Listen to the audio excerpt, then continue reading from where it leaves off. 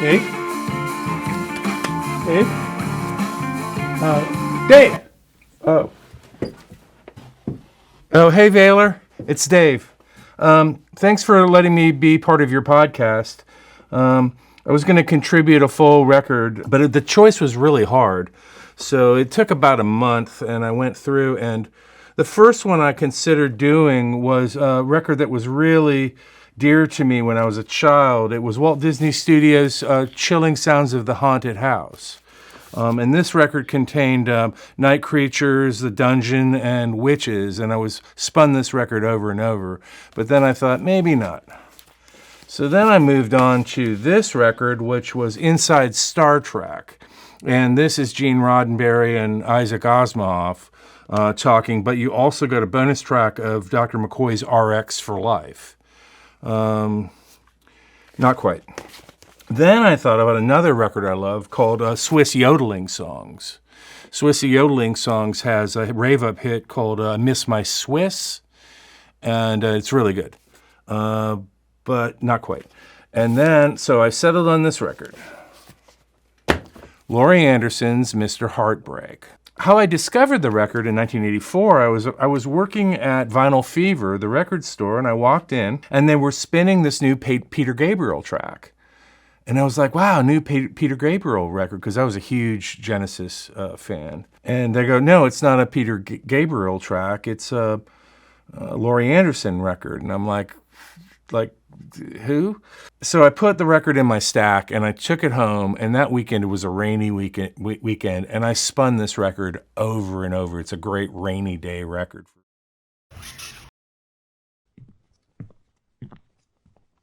This week's request comes from Dave Murphy. I met Dave in Tallahassee, and honestly, I don't remember if I first knew him as an engineer at my dad's studio, or if I first knew him as the bass player for the Casualties, who were the best band on the scene at the time.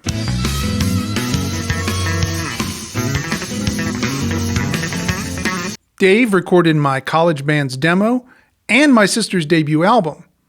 And I was there to see sessions he engineered for Dickie Betts, Sean Lane, and even, believe it or not, a group of pro golfers recording a parody album. Dad wanted me to give John daily guitar lessons so that John would give him golf lessons.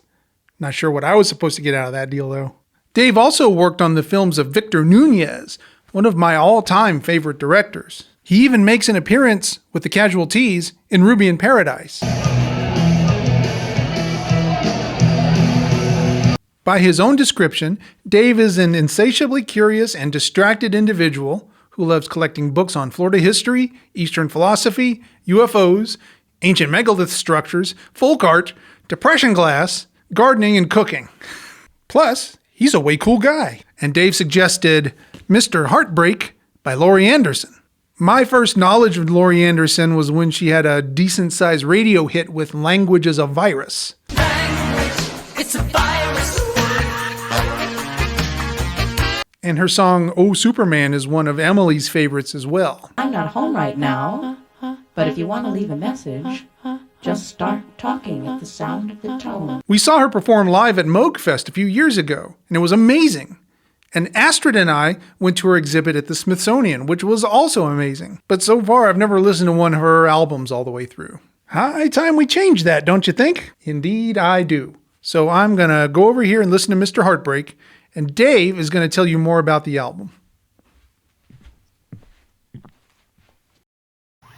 And the collaborative effort that Laurie Anderson has done with this. You have Laurie Anderson and Adrian Belew, William Burroughs on the record. You got Anton Fear on the record, who was the Feelies are a huge band for me. And Peter Gabriel, Bill Laswell, who is a whole deep dive on his own, and Phoebe Snow. So I don't know how that happened. Adrian Belew, as most of your listeners know, has had a really great career collaborating with everybody from Zappa to Laurie Anderson to the Talking Heads, Tom Tom Club, Bowie, and then that Robert Fripp guy. But there's something really special about this record, so here's what I'm going to share. I think you asked me, like, what should I be listening for? I mean, I think it's extremely interesting polyrhythmically. I think the textures and the sounds. I'm a huge person for originality. This is a very original record. It's very much feels like the New York art scene. Kind of like the first time I went to the MoMA, I was looking at the Kandinskys and the Juan Miros, and I didn't know what they meant, but I knew that they were beautiful. These songs are put together so interestingly. A good deal of the texture of Mr. Heartbreak comes from a combination of sampling and West Coast and FM synthesis, punctuated with bursts of incongruous noise. And although there is a good amount of singing on this album from several different people, Laurie Anderson herself feels more like the narrator than the lead vocalist. Well, that's not entirely fair. She does give an almost Sprechstimme quality to her vocal performance, but she's definitely not taking on the role of a traditional lead singer, similar to Lou Reed in that regard anyway. That ubiquitous 80s synth flute thing starts off the first song, Sharky's Day. And a couple of times in the simple 4-to-1 changes, she kind of exploits the nature of the additive synth she's using to hit all of the major triads between two chords. See, she's got her oscillators tuned to a major triad. So as she goes from F up to B flat, she gets the G major, the A major, B flat major, up to the C and D major, all by simply altering the root note. But that I turn around again chorus certainly is the catchiest thing on the album to me so far. Langue d'amour is a cool story about a snake with legs on an island who makes friends with a woman, resulting in her restlessness. An interesting narrative take on some very old archetypes. The music makes more use of tuned oscillators as well, this time tuned in fifths and restricting the root note to one of just a few choices, maybe by cycling through a sequencer. Plus some sampled wind notes and a voice through a vocoder. Gravity's Angel has some sparse and seemingly disconnected musical events all kind of thread together by a steady pulse on a bell, which itself gradually fades into the background entirely. And while she eventually goes back to the narrator kind of role, she starts off singing in a very high ethereal register, and is eventually joined by Peter Gabriel.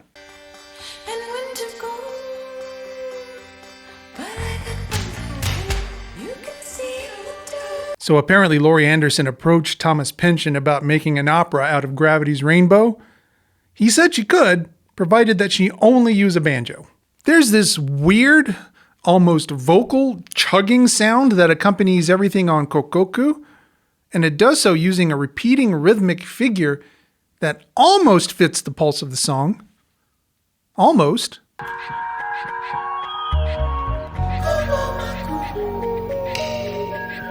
There's a kind of handoff between Laurie Anderson's narration and two voices singing in Japanese. And about halfway in, there's some improvisation on Gaia Gyum, like a koto or a guzheng. One of those things that you play by plucking the notes on one side of the bridge and bending the notes on the other. When I got to Excellent Birds, I stopped and said, wait, I know this song. And sure enough, it's the very same song as This Is the Picture, parentheses, Excellent Birds, in parentheses, from Peter Gabriel's So album. Well, the vocal performance is the same, but the musical accompaniment is different. Apparently, they couldn't agree on what a bass line is. Flying birds. Excellent birds. Flying birds. Excellent birds. Blue Lagoon starts off with a weird little two-note figure that works out to be like in 14/8 or something. But that meter doesn't matter too much to the overall song, though. It's mostly just to be an unintuitive pattern against which Laurie Anderson can talk about living on a desert island, while long synth pads are held and a sampler keeps repeating, And then the bookend of Sharky's Day, Sharky's Night, which has a similar story arc, only funkier. Plus, it's narrated by William Burroughs. Paging Mr. Sharkey, white courtesy telephone, please. But it doesn't hang around long enough to develop into the I turn around again choruses. To me, the fascinating thing about this music is that I wasn't able to internalize it all on the first couple of listens. That never happens. No matter how complex something is, after 40 years of critical orchestral listening, it's almost second nature for me to pull apart how a song is constructed pretty quickly. But these songs, my brain has categorized them as only having a chord or two each, with simple accompaniment. Yet I remember so many textures, guitar noises, slap bass, synth, samplers, and none of those elements fit into the blueprint my mind has made for these songs. So for once, as I listen closely over the coming week, I need to pay more attention to the music part. And that feels fun to me. Dave's got a bit more to say on this album, so let's hear from him while I don headphones, close my eyes, and try to figure this stuff out.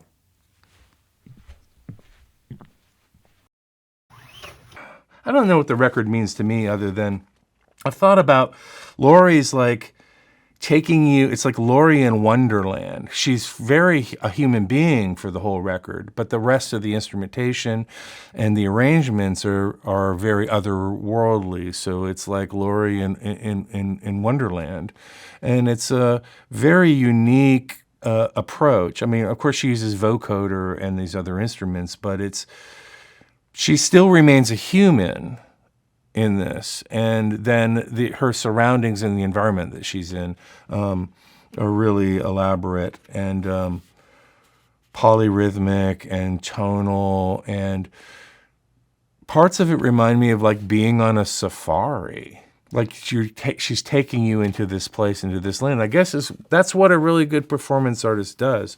But I wanted to recommend Laurie Anderson's Mr. Heartbreak because I think it's a very unique record.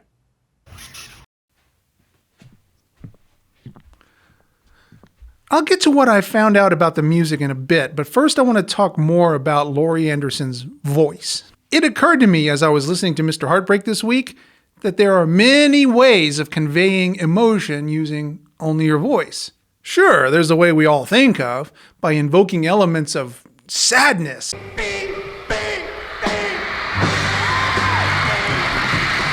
or anger, or whatever into the vocal performance. And those are all obviously quite valid. But there are other ways. One of the things that makes Cosmos so repeatedly rewatchable is the ability that Carl Sagan has to impart his own curiosity and joy into his talks on all things space. The lives and deaths of the stars seem impossibly remote from human experience, and yet we're related in the most intimate way to their life cycles. And that, too, is a valid way of imparting emotion into a vocal performance. And that's what Laurie Anderson does. It's not necessarily that she narrates this album, but more that she gets caught up emotionally in the stories she tells. And I think that's fascinating. And musically, well, check this out. Adrian Belew and Nile Rodgers on guitars. Anton Fear of the Golden Palominos on drums. Daniel Ponce, who was the percussionist on Herbie Hancock's Rocket. Phoebe Snow and Peter Gabriel on vocals. And then for me, the MVP of this album, Bill Laswell on bass. Okay, let me say a few things about Bill Laswell. He is an enormous figure in music over the past 50 years, both as a bassist and producer. He was a member of New York Gong and Material, both with David Allen. He was the bass player for Praxis with Buckethead. He founded the incredible Last Exit with Sonny Sharrock. He produced albums by Fela Kuti, Herbie Hancock, Mick Jagger, Ginger Baker, Motorhead, Ryuichi Sakamoto, Bootsy Collins, James Blood Ulmer, George Clinton, so many others. Well, some tough times have hit Mr. Laswell recently. He's experiencing health issues and he's in danger of losing his studio. So if this is music you care about, consider checking out his GoFundMe page and seeing how you can help. Exactly. Bill Laswell is a good portion of the reason why Mr. Heartbreak sounds so interesting. And it is interesting. That is the right word. Because these songs, after repeated listens, almost feel like the music is trying to organize itself, right? Like it exists in the uncanny valley between assonance and disorder. There's a stochastic nature to a bunch of these songs.